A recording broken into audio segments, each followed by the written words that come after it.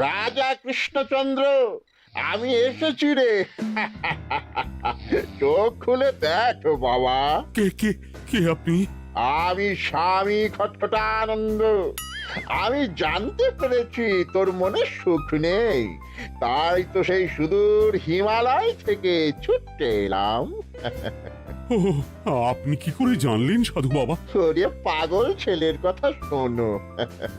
সন্তানের মনের কথা যদি জানতেই না পারি, তাহলে কিসের তপস্যা আর কিসের ধ্যান? কি জেনেছেন সাধু বাবা? 3 দিন ধরে মনে কোনো সুখ খুঁজে পাচ্ছি না, নানান রকম চিন্তায় জর্জরিত হয়ে রয়েছি। তার মধ্যে আজ 3 দিন হলো রানী বাপের বাড়ি গিয়ে রয়েছে। সুখ কি তোর একার? এই মায়ার সংসারে সুখ খুঁজে পাবি কি করে? তোর যে তপস্যার সময় হয়েছে বাবা। শোন, এই পাথরটা ধর। আমি যোগ বলে এই মন্ত্রপুত পাথর পেয়েছি। কাল পূর্ব দিকের নদীর পাড়ে এই মন্ত্রপুত পাথর স্থাপন করবি। আমি চাই তুই নিজে এই পাথরের আরাধনা করিস।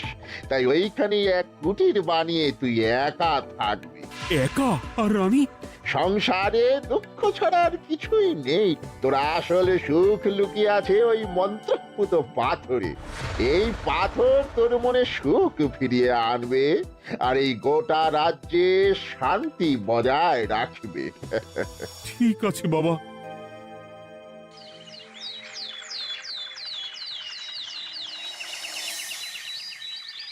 জয় বাবা খটখটানন্দের জয়। কি তার জ্যোতি, কি তার ব্যক্তিত্ব, আহ, কি তার কণ্ঠস্বর! এই মন্ত্রপুত পাথর আমার এবং এই রাজ্যের সকলে সুখ শান্তি ফিরিয়ে আনবে। আজ থেকে আমি সাধু বাবার পরামর্শ মতন এখানেই থাকবো। তোমাদের যার যা যা বক্তব্য আমাকে এখানে এসেই বলবে। কোনো চিন্তা করবেন না মহারাজ, আমি সব সামলে নেব। আপনি নিষ্ঠা সহকারে সাধু বাবার আদেশ পালন করুন। মহারাজ, যার নামেই খট তার কথাই ভরসা করা কি ঠিক হবে? একটা সামান্য পাথর কি করে সুখ ফিরিয়ে আনবে মহারাজ? বিষয়টা কি খটখটানন্দের মতন খটকার নয়? এটা মোটেই সামান্য পাথর নয় গোপাল, এটা মন্ত্রপুত পাথর। আর এসব হচ্ছে বিশ্বাসের ব্যাপার। শুধু তোমার মতন ভাঁড় দিয়ে কি আর রাজ্য চলে? রাজ্য চালাতে গেলে ভক্তি, শ্রদ্ধা, আশীর্বাদও দরকার হয়। কি শাস্ত্রে বলে বিশ্বাসে মিলায় বস্তু, তর্কে বহুদূর। কিন্তু মহারাজ, রাজ্যটাও তো চালাতে হবে। আপনি এখানে থাকলে এই রাজ্যের কি হবে মহারাজ? একবার ভেবে দেখুন, সাধু বাবা আসল না হয়ে নকলও তো হতে পারে। দেখো গোপাল, তোমার যদি মনে বিশ্বাস না থাকে তাহলে আমি বলবো তুমি আর এখানে এসো না। তবে সাধু বাবার নামে কোনো বাজে মন্তব্য আমি শুনবো না। আমি চাই না আমার এই অবিশ্বাসের কারণে আমার রাজ্যের কোনো ক্ষতি হোক। আর আমি এই রাজ্যের মন্ত্রী, আমি থাকতে তোমাকে রাজ্য নিয়ে বেশি ভাবতে হবে না। তুমি এখন যাও তো গোপাল, যাও। মহারাজকে আর বিরক্ত করো না। পাল না থাকলে এ রাজ্যের কিছুই এসে যাবে না। আমরা থাকতে নাকি ভাঁড় চালাবে রাজ্য? আচ্ছা, ঠিক আছে, দেখা যাক। তাহলে আসি মহারাজ। হ্যাঁ হ্যাঁ, এসো এসো।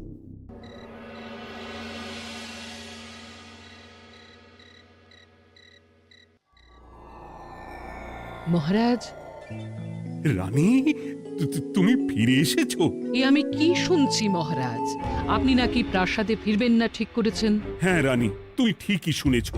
আমি আর প্রাসাদে ফিরবো না। আমি এখানে থেকে ওই মন্ত্রপুত পাথরের আরাধনা করব। কে না কে এসে আপনাকে বলল আর আপনি প্রাসাদ ছেড়ে এই কুটিরে থাকবেন? আপনার শরীর খারাপ করবে মহারাজ, আপনি ফিরে চলুন। কে না কে নয় রানী, স্বামী খটখটানন্দ খুব বড় সাধু। উনি যোগ বলে আমার দুঃখের কথা জানতে পেরে সেই হিমালয় থেকে ছুটে এসেছেন আমাকে ওই পাথর দিতে। তুমি আমায় ফিরতে জোর করো না রানী। আর আপনার রাজ্য, আপনার প্রজারা, তাদের কি হবে মহারাজ? সে নিয়ে তুমি ভেবো না রানী। আমি এখানে বসেই মন্ত্রীকে দিয়ে সবটা সামলে নেব। তাহলে আমিও আপনার সাথে এখানে থাকবো। আপনাকে ছাড়া আমি প্রাসাদে ফিরবো না। তা হয় না রানী, সাধু বাবা আমাকে একা থাকতে বলেছেন। এসব ধ্যান যোগ আরাধনা একা করতে হয়। গোপাল সবটা জানে মহারাজ। আমার সামনে ওর নাম করবে না রানী। গোপালের কত বড় সাহস তুমি ভাবো একবার। ও বলে সাধু বাবা ভণ্ডও হতে পারে। আমার তখন ইচ্ছা করছিল ওর মাথার যে কটা চুল আছে সেটাও ছিঁড়ে নিতে। না না না, আমি আর গোপালের মুখ দেখতে চাই না। আপনি উত্তেজিত হবেন না মহারাজ, আপনি বিশ্রাম করুন, আমি আবার কাল আসবো।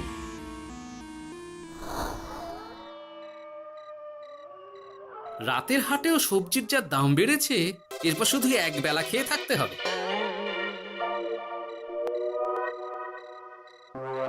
কি হে ভোলা, বাড়ি না গিয়ে এখানে বসে আছো কেন? দুঃখের কথা কি আর বলবো তোমায় গোপাল দাদা।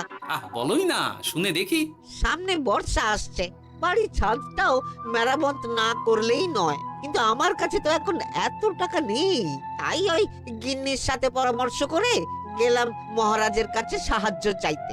থামলে কেন, পুরোটা বলো। কি আর বলবো গোপাল দাদা, মহারাজের উত্তর শুনে আমি তো অবাক। সবই তো বুঝলাম ভোলা, কিন্তু আমার যে কিছুই করার নেই। সাধু বাবা বলেছেন আজ থেকেই রাজ্যের সব সুখ দুঃখের দায়িত্ব ওই মন্ত্রপুত পাথরে। তুমি চিন্তা করো না, এক কাজ করো, তোমার সমস্যার কথা গিয়ে ওই মন্ত্রপুত পাথরের কাছে জানাও। আর তোমরাও আজ থেকে তোমাদের যা চাওয়া পাওয়া আছে সব গিয়ে ওই পাথরকে জানাবে। যা করার পাথরই করবেন। একবার যদি ওই সাধুকে হাতের কাছে পাই না, তাহলে ওই পাথর দিয়েই বেটার মাথা ফাটাব। কিছু বললে গোপাল দাদা? না, কিছু বলিনি। যাও, তুমি বাড়ি যাও, চিন্তা করো না, দেখি কি করা যায়।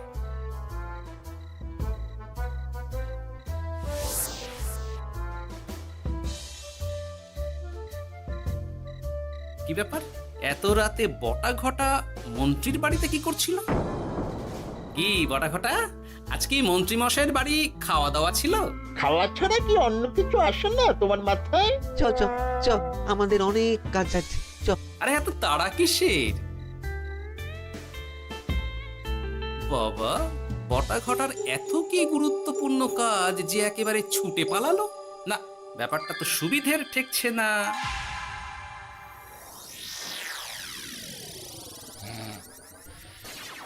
রাজা কৃষ্ণচন্দ্র, ওঠ বাবা, আমি এসেছি।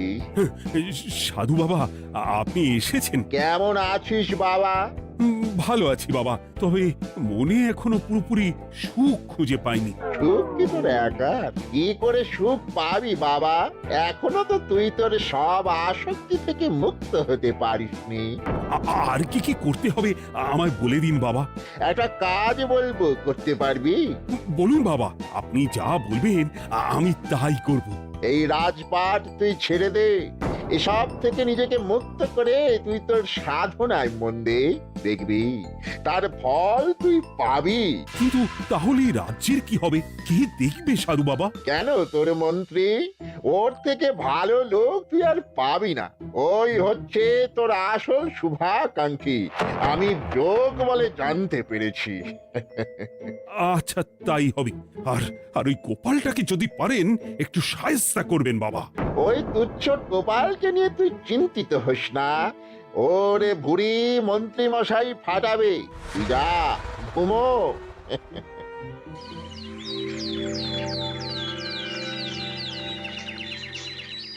শোনো শোনো শোনো, আজ থেকে মহারাজ কৃষ্ণচন্দ্রের আদেশে এই রাজ্যের ভার এই রাজ্যের মন্ত্রীর। আর মহারাজ নিজে তার কুটিরে নিরিবিলিতে থাকতে চাইছেন। উনি চান না কেউ ওনাকে বিরক্ত করুক। তাই আজ থেকে যার যা সমস্যা সবাই মন্ত্রী মশাইকে জানাবে। মন্ত্রী মশাই যাকে যা বলবেন তাকে তাই শুনতে হবে। শোনো শোনো শোনো। না, মহারাজকে থামাতেই হবে, না হলে বড় বিপদ হয়ে যাবে। যাই।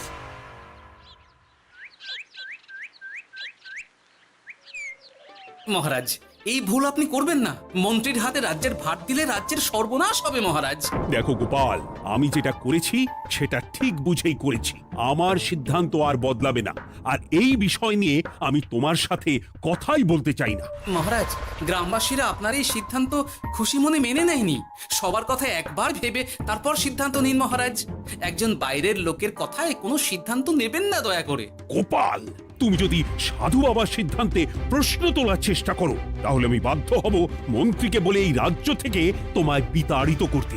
একজন সেই হিমালয় থেকে আমাদের উপকার করতে এলো আর তুমি তার বিরুদ্ধেই কথা বলছো। ছি ছি গোপাল, ছি। মজা, কি মজা! শুধু মুদ্রা, শুধু মোহর, যেদিকে তাকাবো শুধু সোনার মোহর আর সোনার মোহর। তুমি কি পাগল হয়ে গেলে? এখনো হয়নি গিন্নি, তবে এবার সত্যি সত্যি হয়ে যাব। এত সোনার মোহর একসাথে হাতে পেলে কেউ কি সুস্থ থাকতে পারে? আর বেশি দিন বাকি নেই যখন কৃষ্ণনগরের কোষাগারের মালিক হব আমি। আর মহারাজকে ছেড়ে দেবেন? চিন্তা নেই, মহারাজ কিছুই করতে পারবেন না। তিনি এখন সাধু বাবার আদেশে পাথরের আরাধনায় ব্যস্ত। আর প্রহরীরা, তারা কিছু বলবে না? প্রহরীরা তো এখন আমার গোলাম। মন্ত্রীমশাই, আমরা এসেছি। ওই তো ওরা চলে এসেছে। ওরা কি করবে? ওরাই তো কোষাগার লুট করতে আমায় সাহায্য করবে। রাজকোষাগার হবে শুধু আমার, আমার, আমার।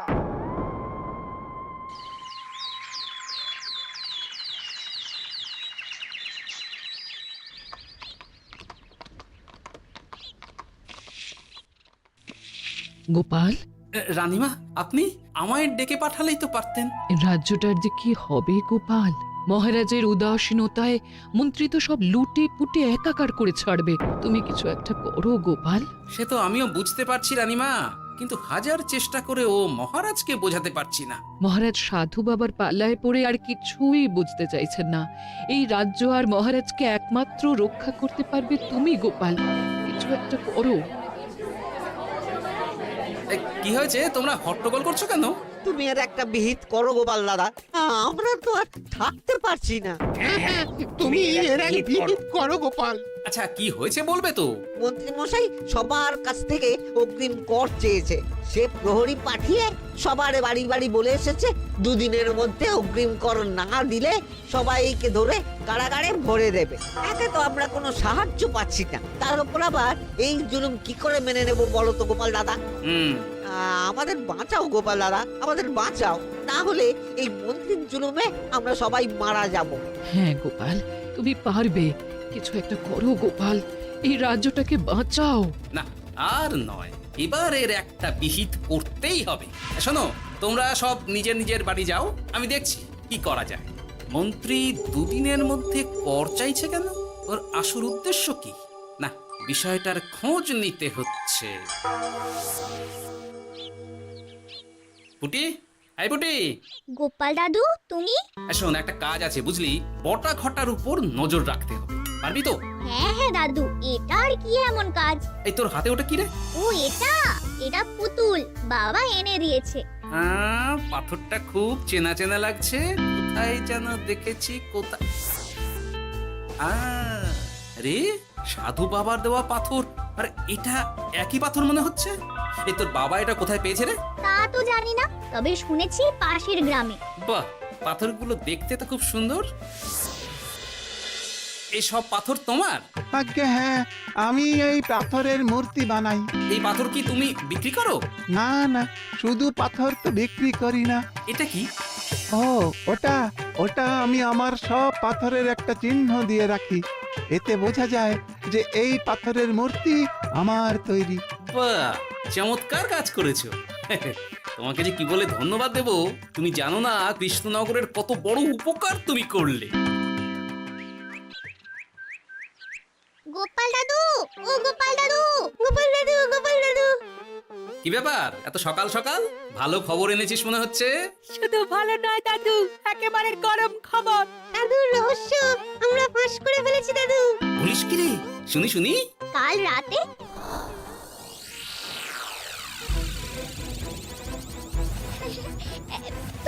এত সোনা, এত মোহর আমি একসাথে কোনোদিন দেখিনি। ও, এইসব আমাদের? হ্যাঁ গিন্নি, হ্যাঁ, এই সব আমাদের, সব। ওরে বাবা, আমার তো বিশ্বাসই হচ্ছে না। ভাবলেই গায়ে কাঁটা দিচ্ছে। রে বটা, আজ সাধু সেজে মহারাজের কাছে গেছিলি? হ্যাঁ, মহারাজ তো আজ প্রায় পা ছুঁয়ে প্রণাম করতে যাচ্ছিলেন, ওই কোনো মতে ঠেকিয়েছি। বলেছি প্রণাম নেওয়া আমার গুরুর বারণ আছে। আর আমি তো আজ এমন ধোঁয়া দিয়েছি যে মহারাজ একেবারে কেসে কেসে অস্থির। আর মাত্র 2 দিন, এই 2 দিন খেলাটা চালিয়ে যেতে পারলেই কেল্লা ফতে। আচ্ছা, এবার আমার কাছে পুরো বিষয়টা পরিষ্কার হলো। বাহ, তোরা দারুণ কাজ করেছিস রে। এবার শুধু আজ রাতে প্রমাণটা পেলেই হয়ে যাবে।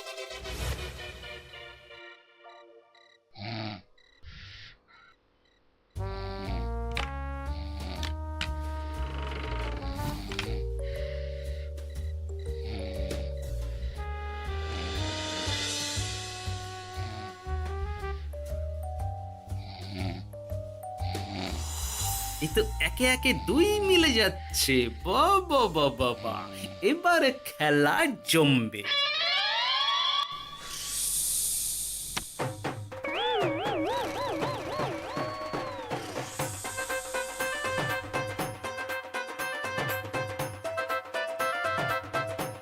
এই ঘটা ঘটা রে, এই ঘরে এত ধোঁয়া এলো কি করে রে? সত্যিই তো, এত ধোঁয়া এলো কি করে? ঘরে কি আগুন লাগলো নাকি রে? এই বটা, ওটা কি রে? হ্যাঁ, এ তো ভূত। আমরা তো কিছু করিনি। আমরা কিছু করিনি, বিশ্বাস করো ভূত দাদা, আমরা কিছুই করিনি। তোরা আমাদের পূর্বপুরুষের প্রস্তর খণ্ড নিয়ে এসেছিস, তোদের এত বড় সাহস! আজ আমরা তোদের ঘর মটকাবো। আমরা কোনো খণ্ডমণ্ড নিইনি ভূত দাদা। এই কথা, তুই কি ওনাদের কোনো খণ্ড এনেছিস? না না না না না, আমি তো অমন কিছু আনিনি। আমার মনে হয় ওই আপনাদের কোথাও একটা ভুল হচ্ছে। মহারাজকে ওই পাথর তোরা কোথা থেকে এনে দিয়েছিস? ওটাই আমাদের প্রস্তর খণ্ড, আমাদের 5 পুরুষের সম্পত্তি। ওটা তো আমরা পাশের গ্রামে এক মূর্তি কারিগরের থেকে চুরি করে এনেছি। আপনারা যান না, যান, ওই কারিগরের কাছে ওরকম অনেক পাথর আছে। আমাদের ওটাই চাই। ও বাবা, উনি আবার কে? আমাদের দাদু, 3য় পুরুষ। ও দাদু, এই চুরি ভূত দাদু, ওটা আনতে গেলে না মন্ত্রী মশাই আমাদের খুব মারবে। খা, ওদের মুন্ডু চিবিয়ে খা। না না, ওরকম করবেন না দাদু ভূত, তাতে আমাদের খুব লাগবে। তাহলে বল, মন্ত্রীর আসল উদ্দেশ্য কি? 2 দিন পর ও কি করবে? 2 দিন পরে মন্ত্রী মশাই কোষাগার লুট করে এই রাজ্য থেকে পালাবেন। এবার এবার আমাদের ছেড়ে দিন দাদু ভূত। তোদের ছাড়তে পারি একটাই শর্তে। বলুন বলুন।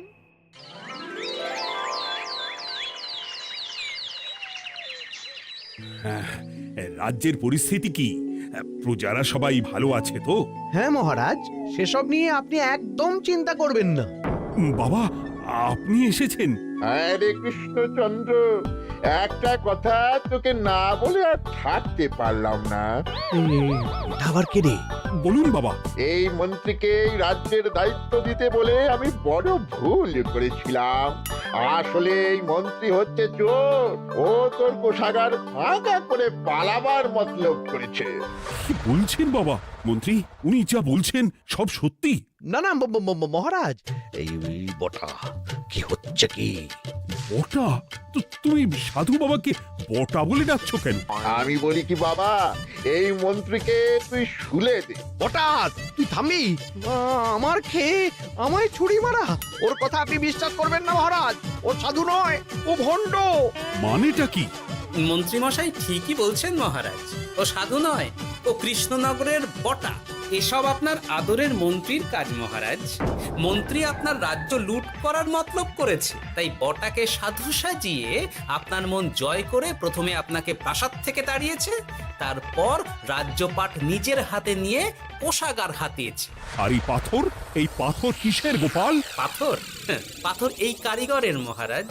উনি পাশের গ্রামে এই পাথর দিয়ে মূর্তি গড়েন। মন্ত্রী বটাকে দিয়ে এই পাথর চুরি করিয়েছে।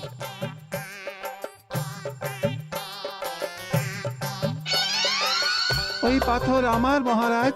আমি তোমায় ছাড়বো না মন্ত্রী, তোমায় আমি শুলে দেব। প্রহরী, প্রহরী! কেউ আসবে না মহারাজ।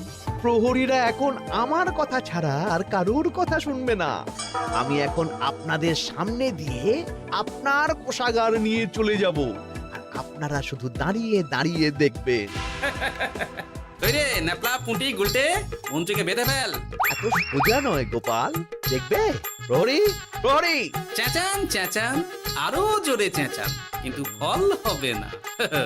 আপনার প্রহরীরা সব গ্রামবাসীর হাতে বন্দী। আমায় ছেড়ে দিন মহারাজ, আমার ভুল হয়ে গেছে। এমন ভুল আমি আর করবো না মহারাজ, আমায় ছেড়ে দিন। ছেড়ে দেব? তোমার ব্যবস্থা আমি করছি। কিন্তু গোপাল, আমার মনের সুখের কি হবে? আমি কি আর সুখী হতে পারবো না? কেন পারবেন না মহারাজ? রাজার আসল সুখ তো তার প্রজার সুখে। একদম ঠিক কথা বলেছে গোপাল। প্রজার সুখেই রাজার সুখ। ঠিক গোপাল, ঠিক। তুমি না থাকলে যে আমার কি হতো? জয় গোপালের জয়! জয় গোপালের জয়।